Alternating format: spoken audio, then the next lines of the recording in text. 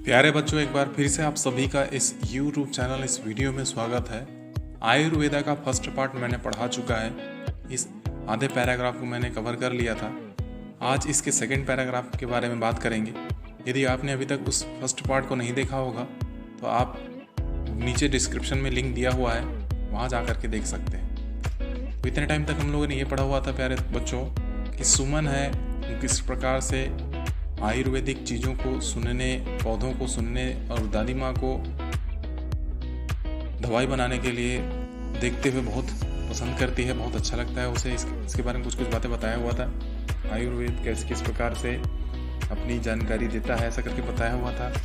आगे चलिए हम बात करेंगे। यहाँ तक शायद मैं कंप्लीट कर चुका था, जहाँ पर सुमन पूछी थी क्या आप मुझे आयुर्वेद के बारे में बता सकते हैं क्या।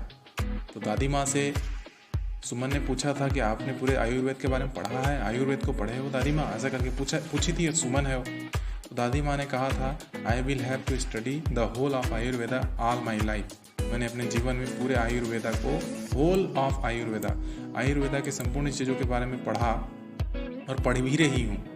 लेकिन I have only learn a little till now. और आज मैं बहुत कम चीज़ें ही, कुछ ही चीज़ें बस सीख पाई हूँ और आज कर पा रही हूँ। Will you tell me something about it, asked Suman asked curiously. बड़ी ही उत्सुकता से सुमन है वो पूछती है क्या मुझे आप इसके बारे में कुछ बता सकती हैं। ये कवर कर लिया था और साथ ही यहाँ पे भी बता दिया था कि दादी माँ इनको बताते हुए चल रही थी कि there are several systems of medicines in the world. इस दुनिया में दवाई बनाने की, औषधि बनाने का कई सारी पद्धतियाँ हैं, विभिन्न प्रकार की पद्धतियां हैं, जिसमें से मुख्य रूप से 3 चीज़ें बताई गई थी, एलोपैथी, होम्योपैथी और आयुर्वेदा। एलोपैथी के बारे में बता रहा था बच्चों कि एलोपैथी क्या करते हैं, आज की मुख्य धारा है यह, इसी के माध्यम से आज इलाज होता है। आपके शरीर के रोगों को देखेंगे, परेशानी को देखेंगे और उसके अनुसार से मेडिसिन दिया जाता है और उसके माध्यम से उस तकलीफ, उस दर्द को नियंत्रित करने का प्रयास किया जाता है। शारीरिक रूप से जो परेशानी आई है उसको मेडिसिन के माध्यम से सुधार करने का प्रयास किया जाता है, नियंत्रित करने का प्रयास किया जाता है। यही एलोपैथी का बताया था मैं। होम्योपैथी एक सिद्धांत के अनुसार से काम करता है, जिस सिद्धांत का नाम बताया था उपचार समान उपचार, समान उपचार समान। मतलब 2 शरीर है, एक तो पीड़ित का शरीर और दूसरा सिमिलरली सिम्टम्स, मतलब एक स्वस्थ शरीर है हेल्दी पीपल और एक तो कमज़ोर शरीर है। तो उन दोनों में लक्षण को देखा जाता है कि किस कारण कैसा सिम्टम्स है जिसकी वजह से एक कमज़ोर व्यक्ति में परिवर्तन आया है। तो उसी सिम्टम्स का उपयोग करके, स्वास्थ्य शरीर को देख करके ही, जिन चीज़ों का उपयोग करके कमज़ोर शरीर को स्वस्थ करने का प्रयास किया जाता है। ये दोनों चीज़ें बता दिया था मैं, होम्योपैथी और एलोपैथी। अंतिम बात बताने वाला था आयुर्वेदा के बारे में। आयुर्वेदा में ऐसा कुछ नहीं होता। आयुर्वेदा क्या करता है, Ayurveda is the ancient Indian systems of natural and holistic medicine.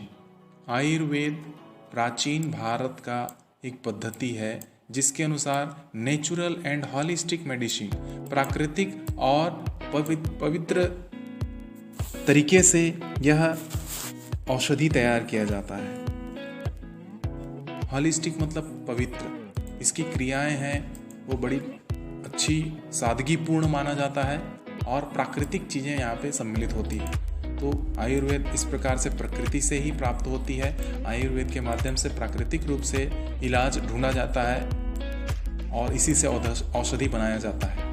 When translated from Sanskrit, Ayurveda means the science of life. यदि आप संस्कृत शब्द आयुर्वेद को आप ट्रांसलेट करते हैं तो इसका अर्थ होता है, आयुर्वेद का मतलब होता है द साइंस ऑफ लाइफ, जीवन का विज्ञान। आप इससे क्या बोल सकते हैं, द साइंस ऑफ लाइफ, जीवन का विज्ञान। आयुर्वेद का अर्थ ही होता है। The Sanskrit root Ayur means, आप संस्कृत में इसका मूल शब्द आयुर का अर्थ होता है लॉन्गेविटी और लाइफ।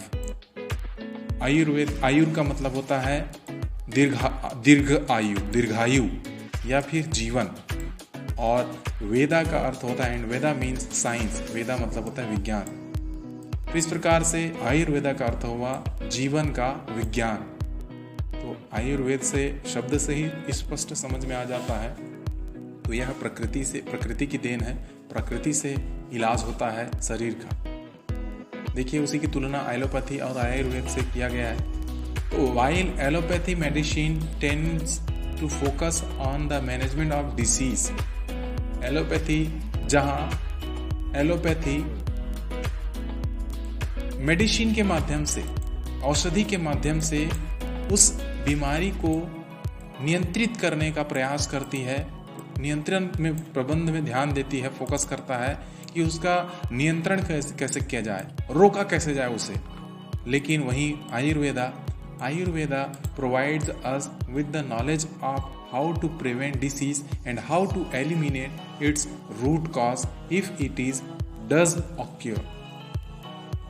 आयुर्वेदा वहीं पे क्या करती है, यह हमें प्रोवाइड्स अस, हमें देती है, क्या देती है, द नॉलेज ऑफ, किस जानकारी देती है, किसका जानकारी देती है, हाउ टू प्रिवेंट डिसीज, इस बीमारी को, जो भी बीमारी हमें हुआ है इसे रोका कैसे जाए, इसका रोकथाम कैसे किया जाए, इसकी जानकारी देती है। और साथ ही हाउ टू एलिमिनेट, कैसे इसे जड़ के साथ में, इट्स रूट कॉज, इसे जड़ के साथ ही इसे उखाड़ करके फेंक दिया जाए, इसे पूरी तरीके से जड़ से इसका इलाज किया जाए, ये बताता है इफ इट्स ऑक्योर। तो आयुर्वेद एक प्रकार से अच्छी पद्धति है जो जड़ से ही मिटा देने का, बीमारी को जड़ से मिटा देने की यह क्षमता रखता है। रोकथाम कैसा किया जाता है इसकी भी जानकारी देती है। तो आयुर्वेद की ये विशेष खासियत है, यही विशेष गुण है कि आप बीमारी को रोकथाम कैसे करते हैं इसकी जानकारी लेते हैं, और साथ ही जड़ से कैसे इस बीमारी को मिटाया जाए इसकी भी आपको जानकारी मिलती है, आयुर्वेद देता है। तो इस प्रकार से आयुर्वेद बहुत अच्छी पद्धति मान सकते हैं। एलोपैथी में केवल नियंत्रण किया जाता है, रोकथाम के प्रयास किया जाता है, जरूरी नहीं हो जाए, लेकिन यहाँ पे इसे जड़ से मिटाने का प्रयास किया जाता है आयुर्वेद के द्वारा, और इसकी गारंटी भी यहाँ पे लेते हैं। How old is this science? Suman looked into Dadi's wrinkled face. दादी के झुर्रीदार चेहरे को देखते हुए सुमन पूछती है कि दादी यह विज्ञान कितना पुराना विज्ञान है, कितना पुराना है आयुर्वेद? तो दादी माँ बोलती है क्वाइट ओल्ड, बहुत पुराना, क्वाइट ओल्ड, बहुत पुराना ये है, बहुत पुराना है ये Ayurveda. The knowledge of Ayurveda was passed on orally for thousands of years through a lineage of sages in India. Bharat देश में हजारों सालों तक केवल मुंह के माध्यम से, मौखिक रूप से यह, इसकी जो जानकारी है वह लाइन बाय लाइन, एक पंक्तिबद्ध रूप से एक ऋषियों के द्वारा, भारतीय ऋषि मुनियों के द्वारा अपने शिष्यों को, एक ऋषि मुनि, एक गुरुदेव अपने शिष्यों को सिखाता, फिर दूसरे ऋषि मुनि अपने शिष्यों को सिखाता। ऐसे ही केवल मुंह के माध्यम से, केवल भाषा वार्तालाप के माध्यम से ही आयुर्वेद का ज्ञान है वो बढ़ रहा था।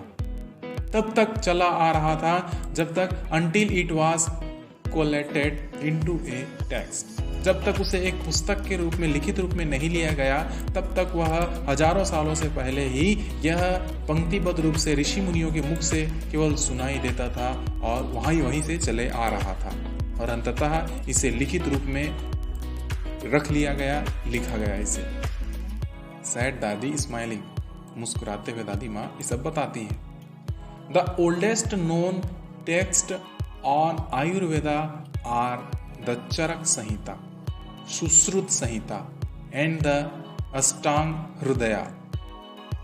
यदि आप पुराने बारे में बात करें, पुस्तक के बारे में बात करें आयुर्वेदा का, तो सबसे पुरानी पुस्तकें निम्नलिखित हैं आयुर्वेद की। पहला तो चरक संहिता है, दूसरा तो सुश्रुत संहिता है, और तीसरा अष्टांग हृदया नाम की ये 3 पुस्तकें हैं जो आयुर्वेद के नाम पर बनी हुई है, जिसमें आयुर्वेद की सारी गुण और प्रवृत्तियाँ, सारे विधि विधान, ये सब चीज़ें उसमें दिया गया है। ये पुस्तक फाइनली बन गई, इस नाम से चलने लगी।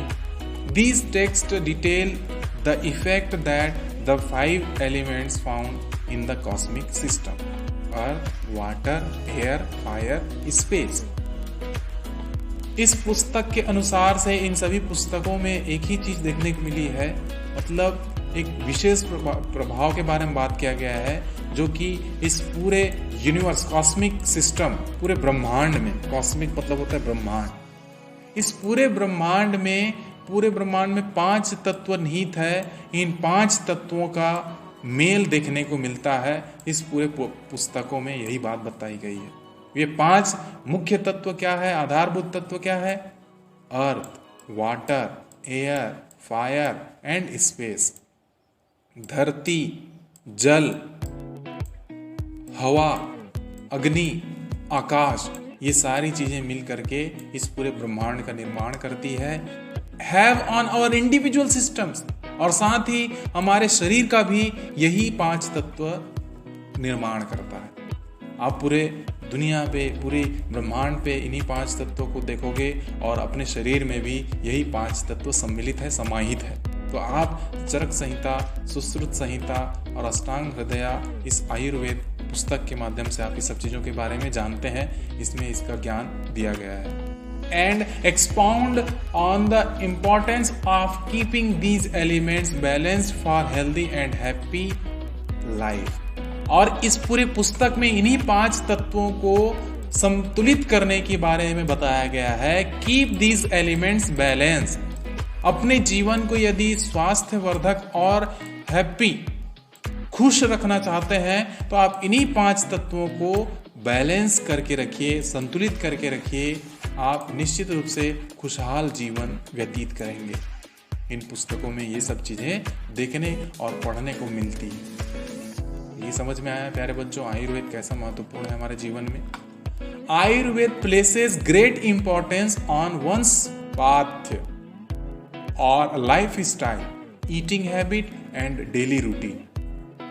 आयुर्वेद हमारे जीवन में जो पथ है, राह, यहाँ पे पथ का मतलब रास्ता नहीं बोला गया है प्यारे बच्चों, यहाँ पे पथ का मतलब होता है जीवन जीने की जो शैली है। आप कैसे अपने जीवन में आगे बढ़ते हैं, किस प्रकार से आपका जीवन शैली है, लाइफ स्टाइल है, कैसे आप भोजन करते हैं, कैसे खाते हैं, क्या क्या चीज़ें खाते हैं, कैसे आपकी डेली रूटीन है, कितने बजे सो के उठते हैं, कितने बजे नहाते धोते हैं। ये डेली रूटीन जो आपकी दैनिक दिनचर्या है, इनका महत्व है उन्होंने बताया है।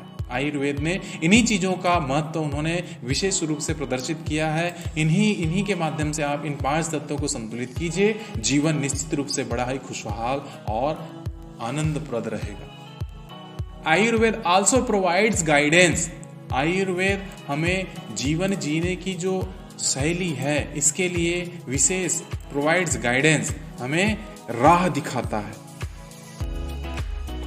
आगे क्या चीजें किसके लिए राह दिखाता है? How to adjust our lifestyle based on the change of season. आप अलग अलग मौसम में अपने जीवन शैली को किस प्रकार से अनुकूल बना सकते हैं, इसके लिए वे हमें गाइड करते हैं, हमें जानकारी देते हैं।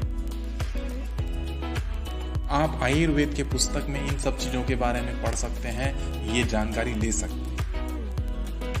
भाई आप देखते होंगे, ठंड आती है, बरसात आती है तो सर्दी लगना लग जाता है, घर में आने लगती है तो उसमें ऐसे ही पसीने से कई सारी बीमारियां सामने में आने लगती है। ठंड में कब्ज की परेशानी आती है।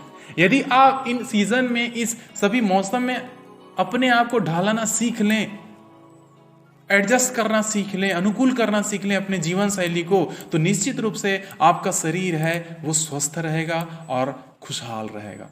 तो ये सब आयुर्वेद हमें राह दिखाता है, इसके बारे में जानकारी देता है, इसके बारे में गाइडेंस देता है, तो हमें इसका बिल्कुल रूप से, अच्छे रूप से पालन करना चाहिए।